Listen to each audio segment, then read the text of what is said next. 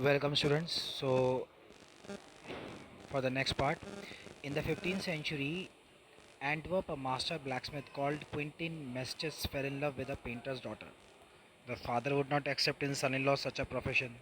So, Quentin sneaked into the painter's studio and painted a fly on his latest panel with such delicate realism that the master tried to swat it away before it realized what had happened. Quentin was immediately admitted as an apprentice into his studio.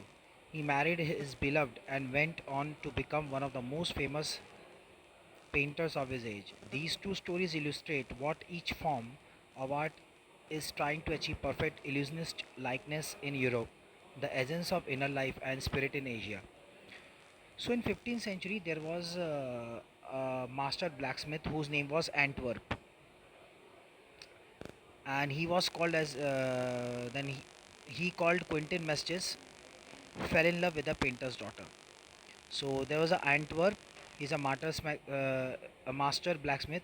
He called Quentin Mesches, name of the person, fell in love with a painter's daughter.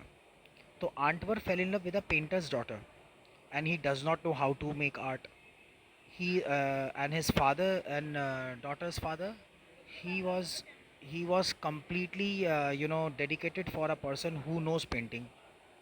So that was a problem because father would not accept son-in-law as such a profession because he was a blacksmith and he wants painter. So Quentin, what he did, Quentin sneaked into painter studio.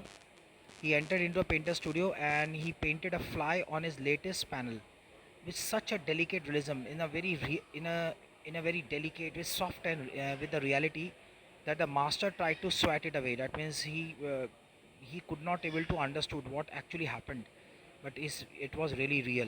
So Quentin immediately now accepted as apprentice into his studio, and then he married his daughter very soon. So this is also a part of the art. This is also part of the art, how art is important for someone's marriage. Now these two stories, first video you have listened my story, in second video the story, it illustrate, it gives example each form art is trying to achieve, what art is trying to achieve. So art is trying to achieve a perfect illusionist likeness, means which is impossible, but yes, it makes possible. So such kind of art you can find in Europe. The first story of China, second stories of Europe, right?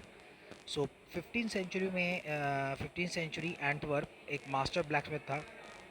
तो वहाँ पे एक बंदा था Quinton मेस्टिस। वो painter के जो daughter है उसके प्यार में पड़ गया। ठीक है।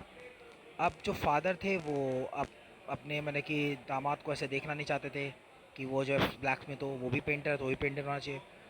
तो क्विंटिन जो है उसने क्या किया कि मैं क्या करूं, शादी तो करनी थी। तो उसने क्या किया कि वो उसने जो है क्या नाम है उस पेंटर के जो स्टूडियो है वहाँ पे उसके अंदर गया और उसने एक फ्लाई बनाया है, यानी एक पंछी बनाया अपने लेटेस्ट पैनल में। इतनी तरीके से बनाया, ऐसा लगता है जैसे रियल हो। जो मास्टर था उसको वो समझ नहीं पाया कि ये हुआ क्या, बट क्विंटिन को जो है क्या नाम है एज अ हेल्पर रख लिया गया, अप्रेंटिस यानी हेल्पर। फिर क्या था, फिर उसने शादी कर ली उसके साथ में, उसकी बेटी के साथ में। तो इस तरह की जो कहानियाँ हैं ये यूरोप में एक कहानी प्रचलित है, वो इम्पोर्टेंस बताती है, how important art is, art की वैल्यू को बताती है। In the Chinese story, the emperor commissions a painting and appreciates its outer appearance, but the artist reveals him the true meaning of his work. The emperor may rule over the territory he has conquered, but only the artist knows the way within. Let me show the way, the Tao, a word that means both the path of the method and the mysterious works of the universe. The painting is gone, but the artist has reached his goal beyond any material appearance. So, in Chinese story, in the same manner, where the emperor commissions a painting, he was given a painting, an artist shows him the true meaning of his work, what actually he made. So, the emperor may rule over his territory, which means emperor, the king, can rule over his territory, rule over his kingdom, but only artists know how to retain everyone's attention towards him. As he told the king, "Let me show the way now." Fine. So so the so a word that means both the path or method. So he wants to show him how the way the way he made the painting and what is the importance of the painting in his life. Fine, in his appearance. So this is very much important. So another classical Chinese landscape is not meant to reproduce an actual view as would as Western figurative painting, whereas European painter wants to borrow his eyes and look at the particular landscape exactly as he saw it from a specific angle. The Chinese painter does not choose a single viewpoint. His landscape is not real one, and you can enter it from any point. Then travel in it. The artist creates a path for your eyes to travel up and down, then back again in a leisurely movement. This is even more true in the case of horizontal scroll, in which the action of slowly opening one section of the painting, then rolling it up to move on to other adds a dimension of time which is unknown in any other form of painting. It also requires the active participation of the viewer who decides at what pace he will travel through the painting, a participation which is physical as well as mental. The Chinese painter does not want you to borrow his eyes, he wants you to enter his mind. The landscape is an inner one, a spiritual and a conceptual space. So there's a classical Chinese landscape which is mean to reproduce another another view, actual view of Western figurative painting. Meanwhile, the European painter, he wants you to borrow his eyes for a particular landscape, what exactly you have saw it, find specific angle. Meanwhile, Chinese painter does not choose a single viewpoint. His landscape is not a real one. You can enter at any point. You can travel from anywhere else. An artist create a path for your eyes to travel up and down, then back and again, in a very easily manner. This is even more true in the case of horizontal scroll, in which action slowly open the one section of the painting. So you can find in a horizontal scroll when you scroll your eyes horizontally towards the painting, then you slowly opening one section of the painting, then rolling it eyes and moving one dimension to another dimension. That means painting takes you to one time to another time. This is the power of a painter. So the participation is physical as well as mental. So the Chinese painter does not want you to borrow his eyes. Actually, he wants to enter your mind. And the landscape is the inner one, spiritual and conceptual place where you use your brain as well as mind, your inner soul. So Chinese story में जो emperor था उसने तो appreciate किया था outer appearance का, लेकिन जो आर्टिस्ट था उसने ट्रू मीनिंग बताया था कि वो दिखाना चाहता था मैंने वाकई में बनाया क्या, इसलिए वो लेके जा रहा था let me show the way thou. उसे पता था कि मैं क्या लेके जा रहा हूँ, लेकिन पेंटिंग ही चली गई, साथ में वो भी चला गया। एक क्लासिकल चाइनीज़ पेंटिंग की खास बात यह है कि वो जो है आपका इंसान की आँखों से कहता है कि आप कहीं से भी मेरी पेंटिंग में एंट्री कर सकते हो, आप कहीं से मेरी पेंटिंग को समझ सकते हो। और चाइनीज़ पेंटर क्या चाहते हैं, वो आपका दिमाग हथियाना चाहते हैं, मतलब दिमाग को कब्ज़ा करना चाहते हैं कि दिमाग पे हम पूरी तरह से कब्ज़ा कर लें, और वो जो है क्या नाम उस पेंटिंग में ऐसे मग्न हो जाए जैसे कि एक संगीत में मग्न हो जाता है। लेकिन जो यूरोपियन पेंटर है वो चाहता है कि आप बोरो कर लो आइज़, मतलब कि उससे आंखें उधार लेकर उसकी नज़रों से देखो। ठीक है, उसने एक हॉरिजॉन्टल स्क्रॉल बना दिया, पेंटिंग बना दी, मतलब कि आप कहीं से भी एक यूरोपियन पेंटर की पेंटिंग देखोगे तो ऐसा तो आपको उसकी आंखों से देखना पड़ेगा तब समझ में आएगा। लेकिन चाइनीज़ पेंटिंग को आप अपनी आंखों से कहीं से किसी भी तरह से देख लो तो आपको पूरी तरह से वो पेंटिंग समझ में आनी लग जाएगी। तो ये है खासियत इन दोनों के डिफरेंस की वजह, ये मोस्ट इंपॉर्टेंट पैराग्राफ है इस पार्ट का। लास्ट सेगमेंट में आते हैं। The concept is spread as Shanshui, literally mountain water, which is together represent the world landscape, more than two elements of an image.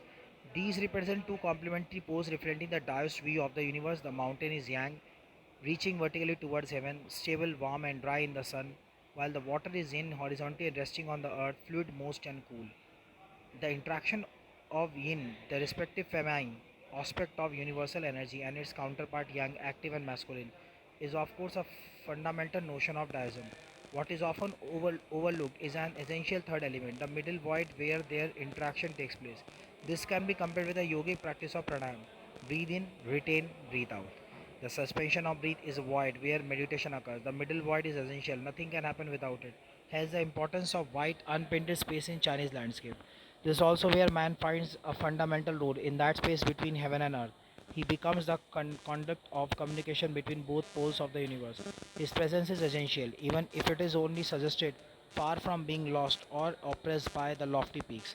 He is in Francois Cheng's wonderful expression, the eye of the landscape. तो जो concept है इसमें बहुत simple है, जो शानशुई में लिखा गया है जिसे माउंटेन वाटर बोलते हैं, दोनों को साथ मिला दिया तो लैंडस्केप बन जाता है। ये 2 एलिमेंट से बना है इमेज के। ये रिप्रेजेंट करते हैं 2 कॉम्प्लीमेंट्री पोल को, डाइस्ट व्यू ऑफ द यूनिवर्स जो अभी हमने पढ़ा था, और दूसरा है एक माउंट यांग जो हेवन की तरफ जा रहा है। ठीक है, जो क्या दर्शा रहा है, स्टेबल, रुका हुआ, वार्म, ड्राई इन द सन। जबकि जो वाटर है, पानी है, वो है यिन, यान यिन। ये हॉरिजॉन्टल है, अर्थ में मतलब कि आराम कर रही है, फ्लूइड के फॉर्म में है, मॉइस्चर है इसमें, ठंडा है। तो ये इंट्रक्शन है यान और इनका, ये इसको इस तरह से मिलाया जाता है जैसे हम बिल्कुल प्राणायाम करते हैं। जब हम प्राणायाम करते हैं तो सांस लेते हैं, रोकते हैं और सांस छोड़ते हैं। तो अल्टीमेटली क्या होता है, what happens here, that the meditation occurs and we lost in the world of power, spiritual power, where we get universal energy। ठीक है, तो यहाँ पे इम्पोर्टेंस हो जाता है। ठीक इसी तरीके से पेंटिंग की भी इम्पोर्टेंस, जब पेंटिंग को हम देखते हैं तो कम्प्लीटली ऐसा लगता है जैसे हम प्राणायाम कर रहे हैं। दैट मीन्स हम जो है क्या नाम है, स्पिरिचुअली अटैच हो रहे हैं। तो यही है यहाँ पर, यहाँ पे आदमी आकर भी एक फंडामेंटल रोल में आता है। हेवन और अर्थ के बीच में एक मतलब कि अट्रैक्शन, सॉरी, वो आपका कम्युनिकेशन होता है, जिसमें जो है वो यहीं से अर्थ से हेवन को समझना शुरू कर देता है, और यही हो जाता है eye of the landscape. Thank you for listening.